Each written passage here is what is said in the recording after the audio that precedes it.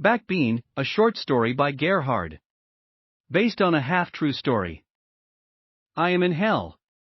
Okay, not hell but jail in a third world country. The hole of the shit hole. They take me down a bunch of stairs to my cell. Never a good thing to be taken to the dungeon. I find a ghost of a man in the cell.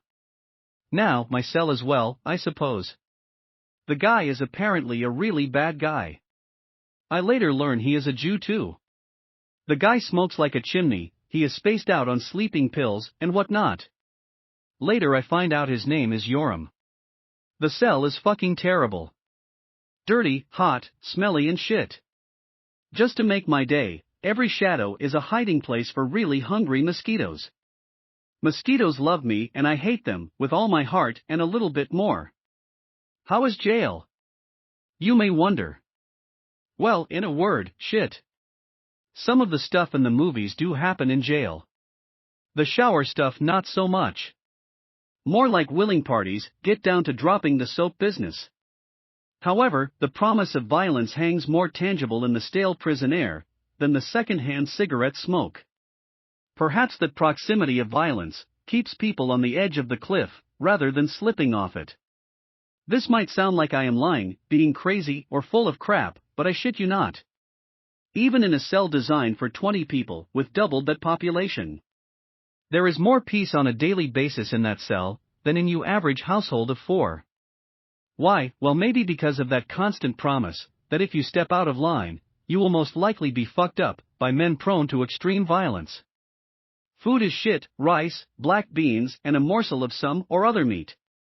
Bedding is shit, concrete bed with a super thin mattress made from cheap Chinese foam. Yet, those things you can, sort of get used to. The thing that is worst of all is now. The passing of the present. It feels like you are in one of those dreams, trying to run away from some monster. Your legs won't work right, and no matter what you try, you can't run away fast enough. Time does its thing, each second flows into the next, like thick syrup. Literally, stuck in the moment. Day 2. My bowel movements are regular as clockwork. But the trial and tested hole in the ground toilet kept me from taking a dump.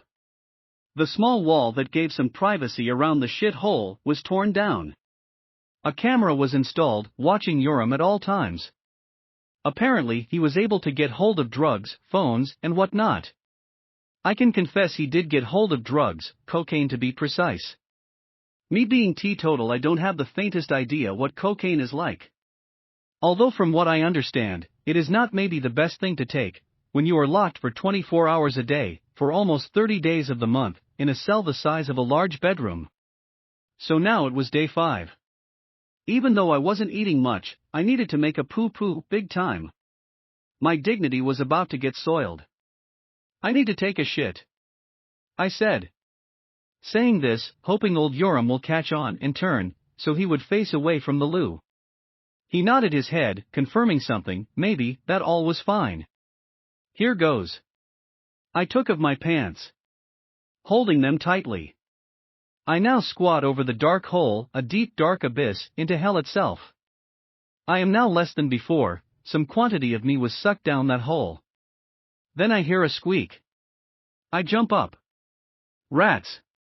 I somewhat scream, with a voice higher than I would have liked. They don't bite, Yoram says, trying to assure me. Only get happy when you feed them. With Yoram's assurance, I still felt very vulnerable, with the family jewels dangling into the shit hole, rat's nest, whatever the abomination might be. But I tell you, when nature calls you answer. I had to go, so I went, and that day the rats got fed well. After a few weeks of almost nothingness, a new guy arrived. He wasn't also only a South African, he also had the same surname as me. What endless confusion for the authorities. They naturally assumed we were related. We were not. I am a tall, blonde, blue-eyed, good-looking guy. Peter was also tall, blonde, blue-eyed, except not good-looking at all. His dull, flat, almost dead blue eyes, straw-colored hair, freckled skin, pinched shoulders, and arms too long, made him look like an ape. Making me consider old Darwin's theory. Darwin once wrote to his niece, that was also his wife, from Ireland, during the potato famine. That he has never seen so many hairless orangutans. I now saw what he meant. There was nothing sophisticated about Peter's build or body. Any child of any artistic ability would be able to draw Peter fairly well. Just a bunch of tubes and boxes, if the sketch resembled the Tin Man from The Wizard of Oz. The child would have captured Peter's likeness very well indeed. Give the child a star and hope Peter don't haunt their poor little dreams. Having a fellow countryman that spoke my mother tongue, one would think it would help pass the time. Peter, though, was as dull and dense as that 5-day turd I dropped for the rats the other day. One evening, maybe close to 7, guards came down and called myself and Peter. They said, transferencia. I did not speak Portuguese yet, but I got the gist of it. I explained to Peter, to get his stuff, we were leaving soon. As we left, Yoram said, God bless. Strange, it felt like he only meant it for me. We were cuffed, then stuffed into the back of a police van. The night was warm. The cops drove relatively slow, but still fast. Hitting speed humps, it hurt like hell. A jolt up your spine, via your ass. Now and again, smacking your head on the roof, compressing your neck. Through the small, dirty, meshed windows, one could not make out much. After driving for close to, maybe 45 minutes, we came to a stop. The cops got out of the van, they met with someone else. I could hear them speak, but I could not understand anything. The first time when you hear people speaking Portuguese with one another, it could just as well be Greek. You can't even hear where one word starts and the other ends. After a few minutes they opened the van door and motioned for us to get out. We were somewhere quiet, only distant noise of cars passing on the highway. Looked like an industrial area, a big warehouse with dim light coming from a door in front of us. Looking up at the low clouds, they were yellow, painted with second-hand city light. The same color as day-old piss in a public toilet. Its depressing glow coming down slowly through the hot, humid air, making that sticky, sweaty feel on your skin now seem extra dirty, even sickly. The tickle of sweat, feeling like it might be maggots, crawling over your skin, looking for a way in. We were led into the warehouse. It was large, all dark except for a bright spot in the middle of the place. As we closed the gap, my eyes adjusted to the bright light. A feeling of dread ripped through my chest. I understood what was going on instinctively, before my brain had it all worked out. I looked over at Peter. That same dull old expression on his face. Through those thick glasses of his, he most likely just saw a bright blob, there in front of us, somewhere in space and time.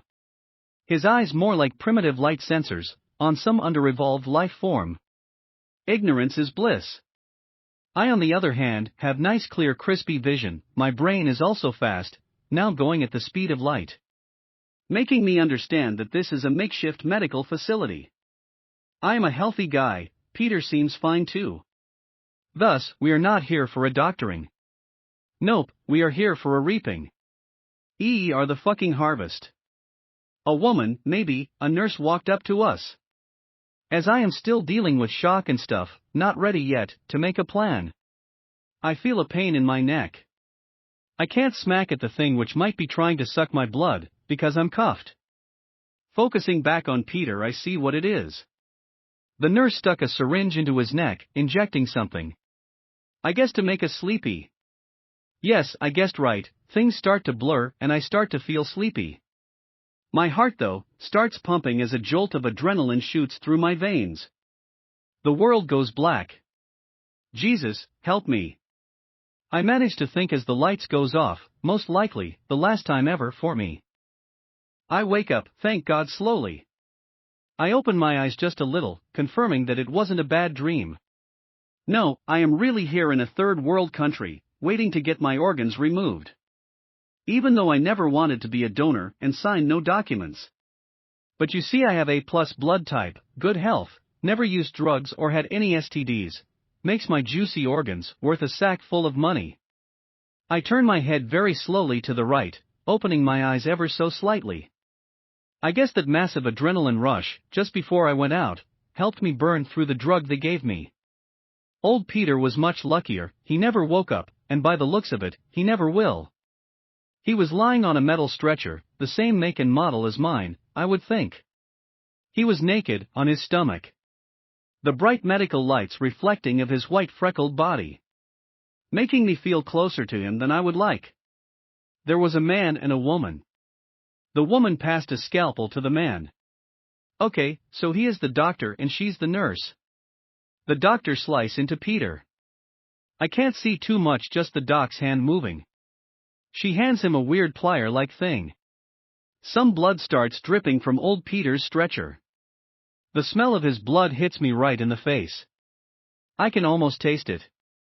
My mind is clearing, I am starting to understand very fucking well that I am next. Somehow, I can keep the panic that is right there, back there, just below my neck. My heart is pounding, if the panic moves into my head, I am dead. The doc takes the pliers, forcing it into sleeping Peter's back. The nurse then grabs holds of the pliers. From my point of view, the doc's gloved hand goes into Peter's back. Then the doctor's hand comes out with something in it, dripping with blood. The doctor holds up the thing to inspect it. Dark, shaped somewhat like a bean. It is one of old Peter's life-sustaining kidneys. However, you can live just fine with one. I suspect they are going to take both of his and mine, and that is not healthy. I am shocked, of course, but still fascinated and drugged. I can't help but think, his kidney looked just like the black beans we have been eating. Ironically, that very kidney had been filtering those bean oxalates from Peter's blood. So is it now a back bean, instead of black bean? I almost laughed at my own wit. The kidney was popped into a plastic bag, then into a cooler box. Soon they had all of Peter's kidneys on ice. They did not want him dead yet. The doctor burned something in those holes in Peter's back. I guess the arteries to stop the bleeding. The smell of roast pork drifted over to me. I love meat and I love pork. Not even the idea that it was Peter's flesh being scotched can put me off meat. Well, time to try and survive. Got to make a plan. My hands are no longer cuffed. They are now strapped down by my sides with Velcro straps. The right wrist tight, almost cutting of the circulation. Not like it mattered much or my hand had any value for these fucks. The left wrist not so tight. I tested carefully and very slowly. Fuck me, perhaps just perhaps, if I pulled very hard, my left hand could slip through. If I did and make noise, then I can kiss my internals goodbye. They are now turning Peter onto his back. He is naked, I unfortunately see his junk. The doctor is slicing away at him, in no time again. I pull my left hand up with my shoulder. Not too hard, just so that there is like a constant pressure on my hand against the restraint. It is hot, so I am sweaty. Hopefully it will help lubricate my hand. This time both of them have their hands inside of Peter. More blood now dripping from his stretcher. They now have his liver out, in seconds on ice too. The doctor is burning away again, stopping some of the bleeding. The nurse hands the doctor a giant pair of scissors. I am still pulling hard with my left shoulder and trapeze muscle. I am making some progress, maybe, feels like my hand is slowly slipping through the wrist strap. I can hear the crunch of Peter's rib cage, as the doc cuts it with his giant scissors. Well, Peter is really fucked now. The nurse then helped the doc to pull Peter's chest apart. He is opened up like a clam. Time to get the cherry on the cake, Peter's old heart. The doc is in there with his scalpel again. Blood sprays like a mist from Peter, covering the face masks of the doc and the nurse. This time I do taste old Peter's blood on my tongue. It might just be the taste of hope. With blood spraying, the two temporarily blinded, and Peter departing this world. I pull for all that I am worth. My hand slips through. I luckily don't make enough of a commotion, in the brief moment of confusion, to be noticed. Quickly I adjust the strap on my right wrist, so that I can easily free my hand. With my right hand free, I do the same for my left wrist. I noticed I was naked too. The blood spraying has stopped. I am done and lying strapped down again just before they have cleared their visors. of Peter's life-giving blood. They have Peter's heart out. It was a big old heart, was it ever broken, did it love, now it will be cold on ice. Peter's mutilated core is pushed to one side. The nurse is preparing another syringe, obviously for me. My heart starts racing. I feel weak from all the adrenaline, but I know it is a fake feeling. I am ready to go at 200 miles per hour. She is coming my way. The doctor is still busy with his killing implements. I have not heard or seen the cops or anyone else. I can't worry about too many variables. Focus on only one at a time. She holds the syringe, tapping the needle to remove air bubbles. Must be a habit, because they are going to kill me, so never mind a small bubble in the vein. I slip my arms out of the wristbands. I sit up fast, I am still dizzy, grabbing the syringe from her hands. That was easy, she wasn't expecting that. She looks at me with something like disbelief and confusion on her face. She is rather good looking, I notice. Long jet black hair to strangle you with, adulterous high cheekbones, dark evil eyes, sensual murderous lips.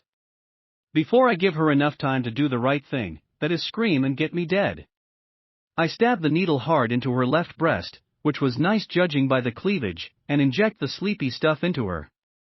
She gasps, looks down at the syringe dangling from a not deflated left tit. She reaches for the syringe, as she takes hold of it she looks me straight in the eyes. Her eyes goes all crossed-eyed, she drops to her knees, then over onto her side. I must have gotten that syringe deep into her cold black killer heart. I am on my feet now, feels like they are not touching the ground. The world is spinning a bit, my balance is not automatic at the moment. No, it is very fucking manual. I scan about, no plan, must find something to make a plan with. Hey you, where are you going, what have you done to Inara? The doc shouts at me. Oh shit, my time for trying to make a plan is up. The doc's English is quite good. Hey, filha de puta, you fucks just killed Peter, and I was supposed to be next. I say / shout, back at the cunt.